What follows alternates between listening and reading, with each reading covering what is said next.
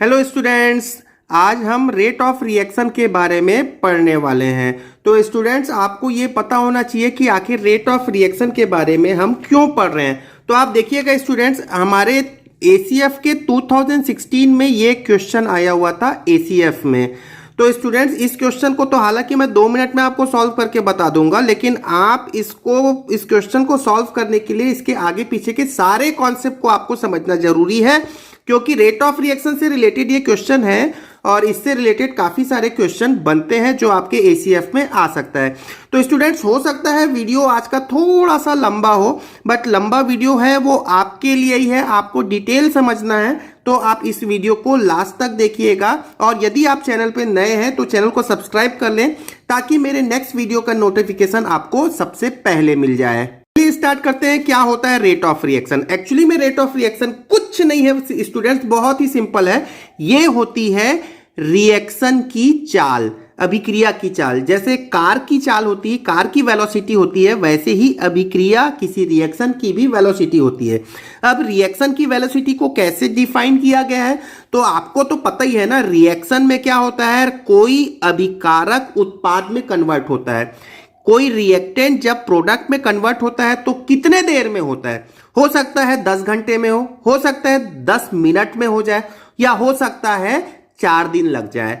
तो इस बेसिस पे आप बता सकते हो कि जो रिएक्शन 10 मिनट में हो रहा है वो थोड़ा फास्ट हो रहा है, जो रिएक्शन 10 घंटे में हो रहा है वो थोड़ा स्लो हो रहा है, जो रिएक्शन 10 दिन में कंप्लीट हो रहा है वो रिएक्शन और भी स्लो हो रहा है। तो रिएक्शन की चाल जो गति है उसी को हम क्या बोलते हैं, रेट ऑफ रिएक्शन कहते हैं। तो स्टूडेंट्स, ये बात तो मैंने आपको एकदम फ्रेंडली लैंग्वेज में समझाई है। अब मैं बात करता हूं एक्चुअली में रेट ऑफ रिएक्शन का जो डेफिनेशन है वो क्या होता है।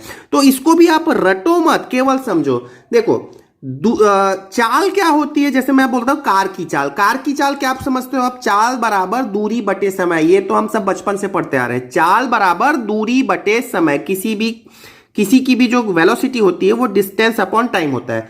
एक्चुअली डिस्टेंस आप किसका लेते हो, जो डिस्टेंस कंटिन्यूअसली चेंज हो रहा है। जैसे कार चल रही है तो क्या दूरी में परिवर्तन होता है, ठीक है। आप यदि दिल्ली से मुंबई जाते हैं कार के थ्रू, तो कार तो आगे बढ़ रही है ना, तो उसकी दूरी में कुछ ना कुछ परिवर्तन होगा और साथ ही साथ समय में भी परिवर्तन होगा।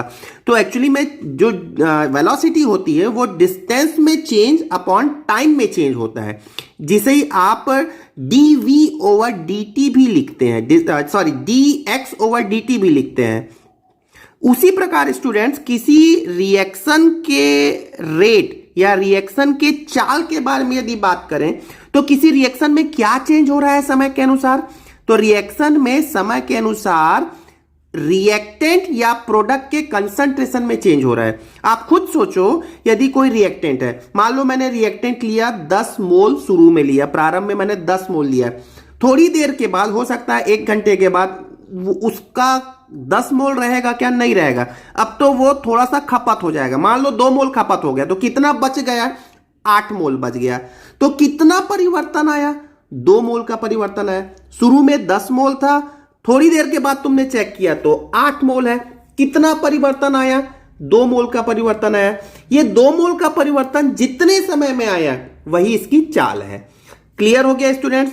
तो नोटिस करोगे, किसी रिएक्शन के रेट की यदि बात करते हैं, किसी रिएक्शन के चाल की बात करते हैं, किसी रिएक्शन के दर की बात करते हैं, दर, तो मैं उस रिएक्शन के कंसंट्रेशन को टाइम से रिलेट करता हूं। अच्छा, अब सुनना ध्यान से अगली बात। आप किसी रिएक्शन के रेट के बारे में यदि बात करोगे तो रिएक्टेंट प्रोडक्ट में कंटिन्यूअसली चेंज होता रहता है। जो अभिकारक है वो उत्पाद में कंटिन्यूअसली चेंज हो रहा है। तो क्या आप ऐसा भी तो बोल सकते हो कि अभिकारक की जो सांद्रता है वो धीरे धीरे कम हो रही है और उत्पाद की सांद्रता धीरे धीरे बढ़ रही है। बोलते हैं कि नहीं बोलते हैं, ठीक है। रिएक्टेंट का कंसंट्रेशन धीरे धीरे कम होता है और प्रोडक्ट का कंसंट्रेशन धीरे धीरे बढ़ता जाता है।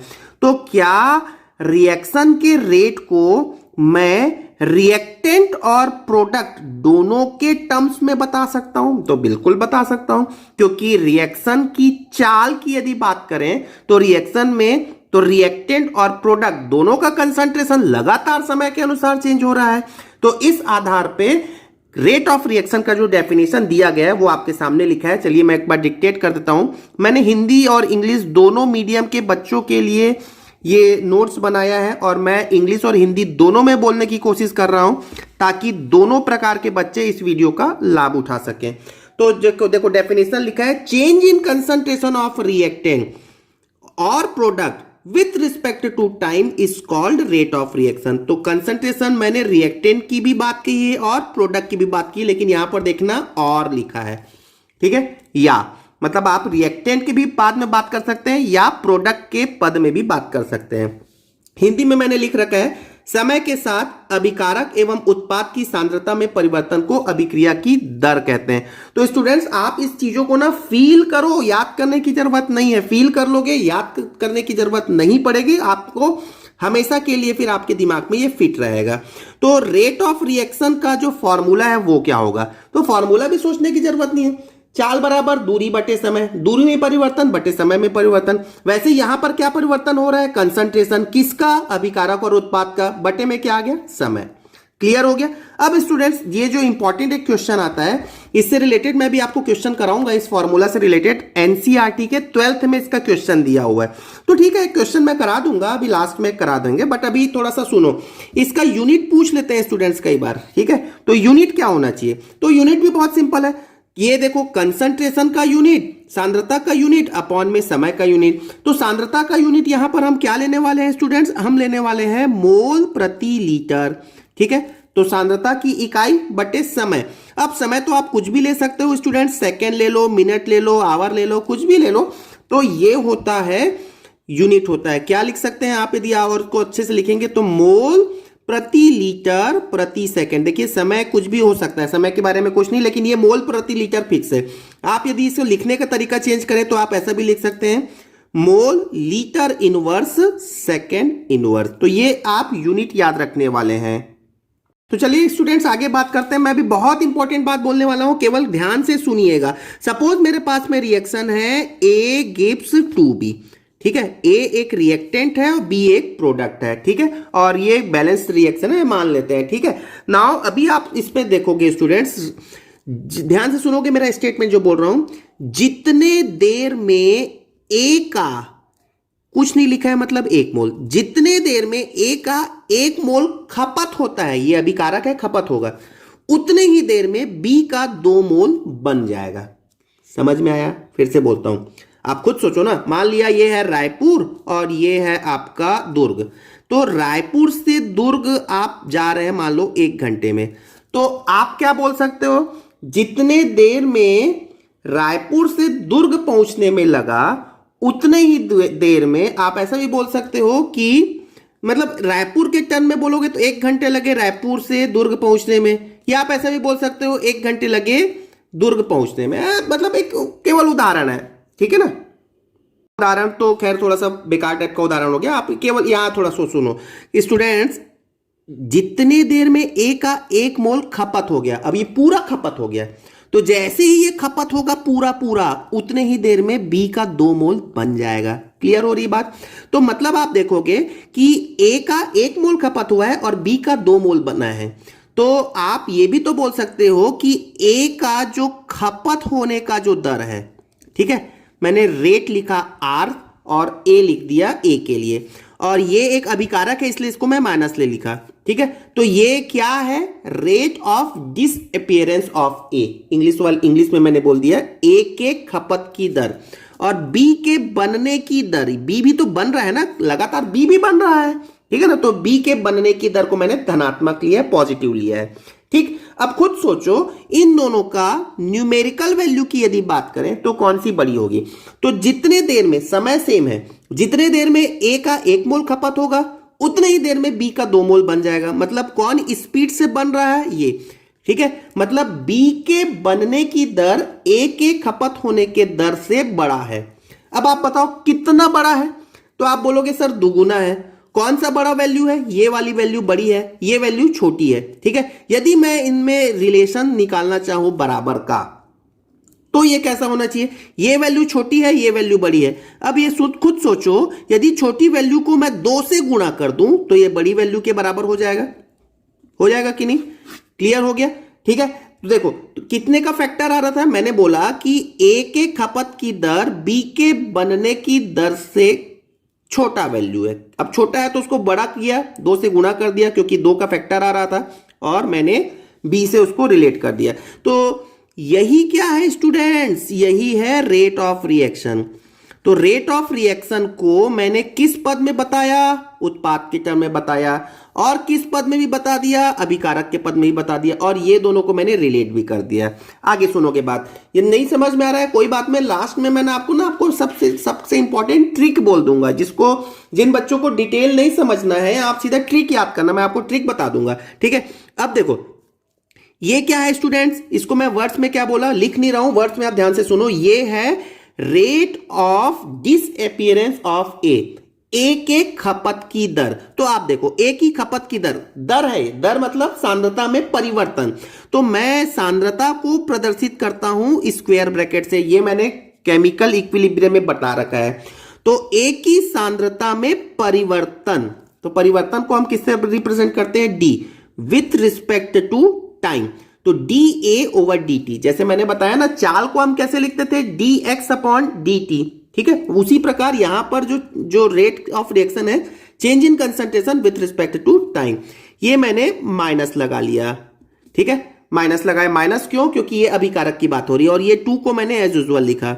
और यहां मैं क्या लिख सकता हूं students, d of b over D t. तो इस रिएक्शन के लिए जो ऊपर लिखा हुआ है उसके लिए मैंने रेट ऑफ रिएक्शन, इसको मैंने बोला rate of formation of b के बनने की दर, बन रहा है ये क्या है, खपत की दर, और यही टोटल क्या है, रेट ऑफ रिएक्शन है स्टूडेंट्स। ठीक है, नाउ अभी आप ये देखो, मैं केवल अब शॉर्टकट में बोल देता हूं, आप क्या इस 2 को इधर ला सकते हो, क्या पक्षांतर करके इधर लाओ, क्या होगा देखो, D of A over dt with minus sign is equal to 1/2 d of b over dt। Clear हो गया क्या? अब देखो आपको कुछ नहीं करना है, मैं सीधा सीधा बात कहता हूं, देखो ध्यान से देखो, आपने जो रिएक्शन लिखा था वो ये है, a का कोफिशिएंट कितना है स्टूडेंट, 1, b का कोफिशिएंट है 2।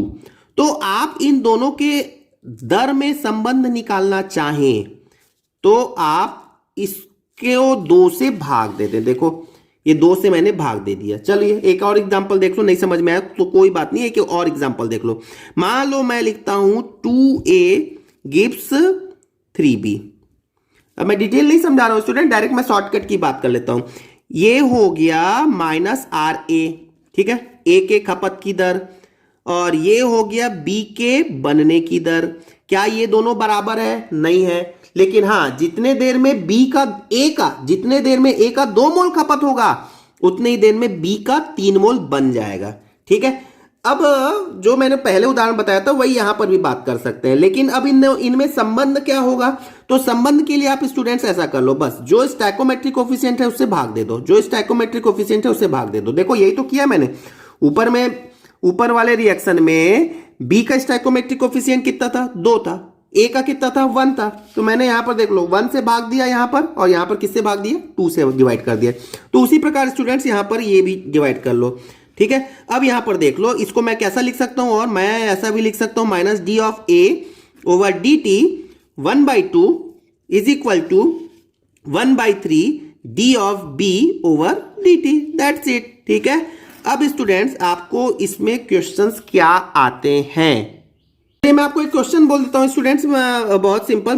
मेरे पास में सपोज ये रिएक्शन है N2 + 3H2 गिव्स 2NH3 है ना। अब मैं पूछ लूंगा कि इनमें इनके खपत, इसके खपत और इसके बनने की दर में क्या संबंध है? तो आप क्या लिखने वाले हो? माइनस ऑफ NR/N2, माइनस लिख लिया N2 के लिए, ये बराबर है किसके? माइनस ऑफ RH2 के, लेकिन डिवाइडेड बाय में क्या करना पड़ेगा स्टूडेंट्स? 3, क्योंकि यहां पर 3 कोफिशिएंट है तो 3 को डिवाइड कर दिया। यहां पे कोफिशिएंट कितना है? 1, तो 1 का डिवाइड कर लिया, तो फर्क पड़ना नहीं है। और यहां पर क्या लिखोगे? NH3 यहां पर पॉजिटिव होगा डिवाइडेड बाय 2। ठीक है स्टूडेंट्स, तो ये कई बार पूछ लेते हैं, और इसको भी आप यदि ऐसा लिखना चाहें तो d of N2 upon dt with minus sign is equal to 1/3 minus sign के साथ में d of H2 over dt is equal to 1/2 d of NH3 over dt। तो ये हो गया आपके रेट में रिलेशन।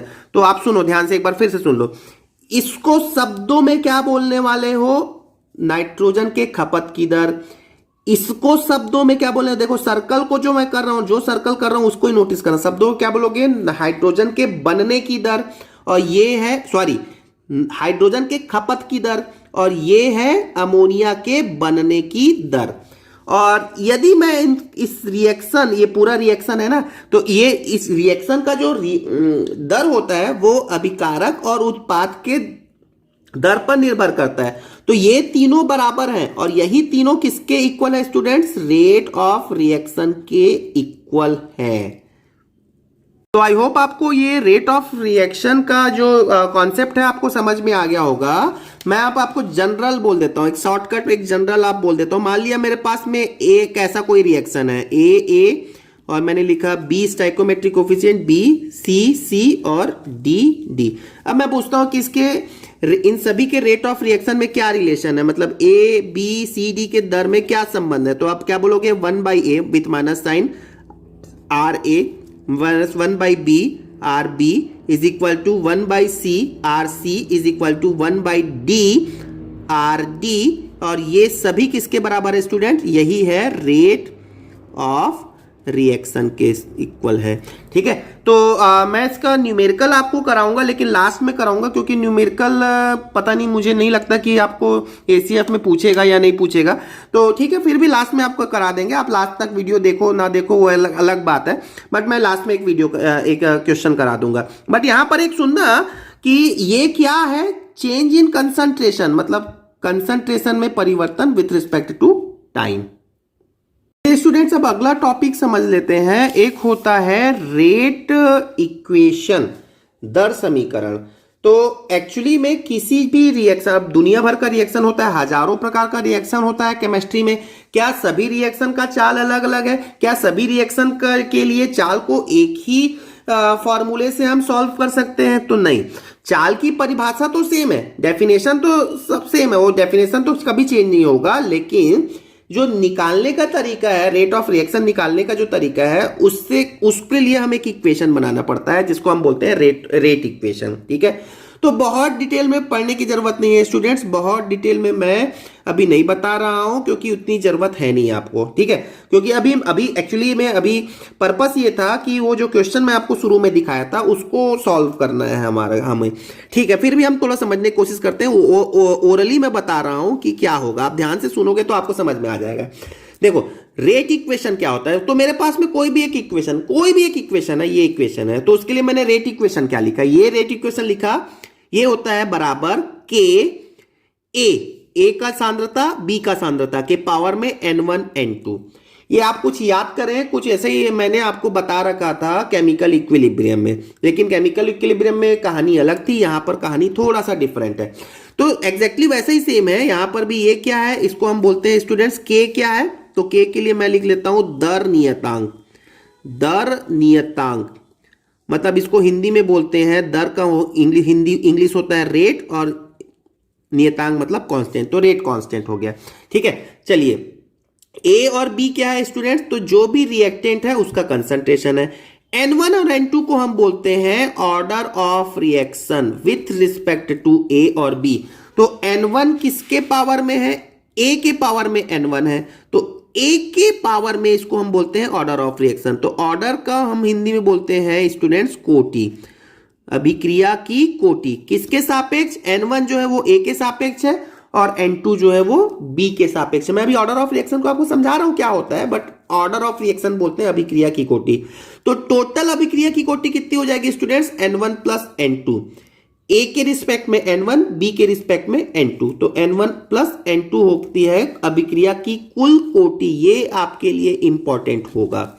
ठीक है, अच्छा, जो क्वेश्चन आपको शुरू में बताया था, याद करेंगे उसको, मैं अभी दिखाऊंगा आपको। दर नियतांक का इकाई के बारे में पूछा था, तो है ना, दर नियतांक का जो इकाई है, क्या इकाई होगा वो आपको अभी हम बताएंगे थोड़ी देर में।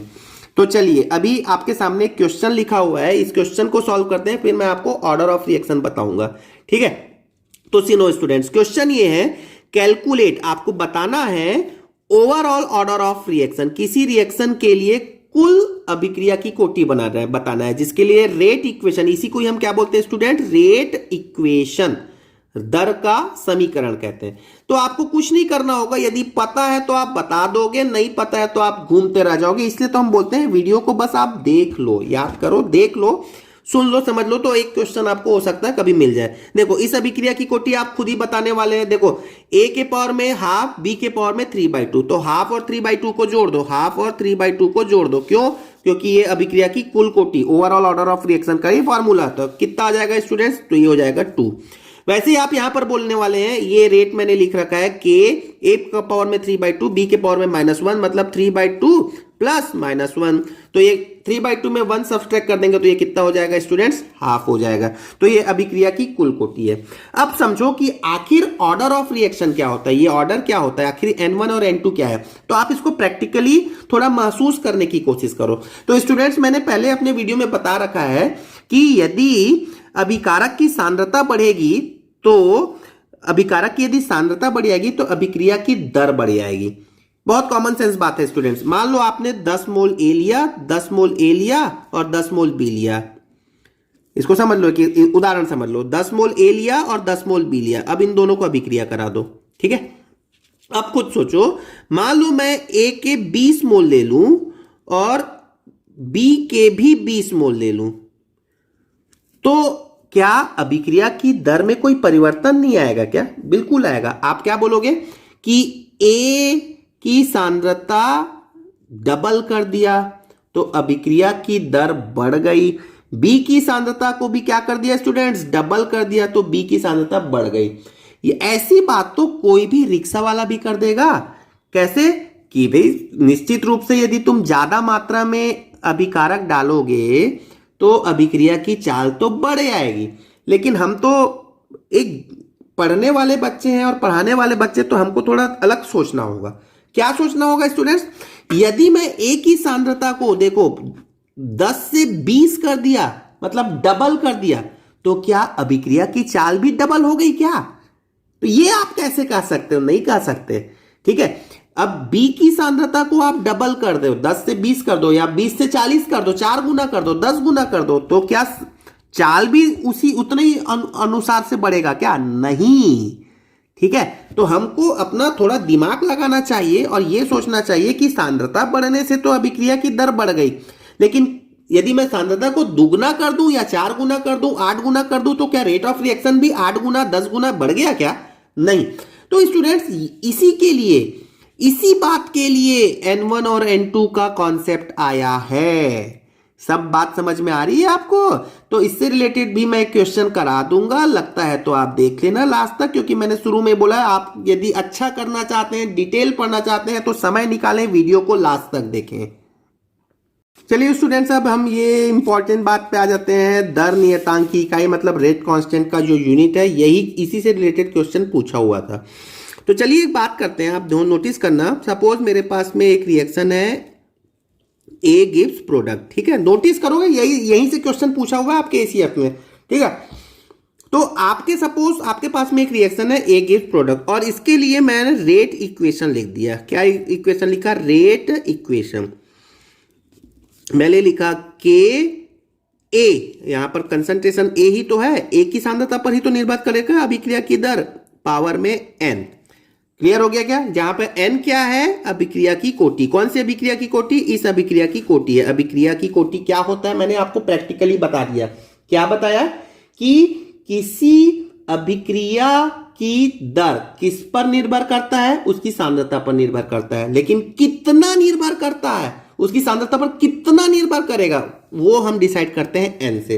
मैं जब क्वेश्चन कराऊंगा ना प्रैक्टिकली, तब आपको ज्यादा अच्छे से समझ में आएगा। तो चलिए अभी बात करते हैं। अब मान लेते हैं कि n की वैल्यू है सपोज 0, किसी रिएक्शन के लिए n की वैल्यू है 0। जीरो मतलब इसको हम बोलते हैं जीरो ऑर्डर रिएक्शन, ठीक है, जीरो ऑर्डर रिएक्शन। तो ये रेट इक्वेशन मतलब ये मैंने लिखा रेट इक्वेशन मतलब अभिक्रिया की चाल को ही तो बता रहा है। तो रेट ऑफ रिएक्शन फिर क्या हो जाएगा स्टूडेंट, के ए के पावर में जीरो, ए के पावर में जीरो मतलब क्या हो जाएगा स्टूडेंट्स, 1, ठीक है। तो अब बताओ ये है दर नियतांक। अब दर नियतांक की इकाई क्या होगी, जीरो ऑर्डर रिएक्शन के लिए दर नियतांक की इकाई रेट ऑफ रिएक्शन के इकाई के बराबर ही होगा। क्यों, क्योंकि यहां पर तो ए खत्म हो गया है ना।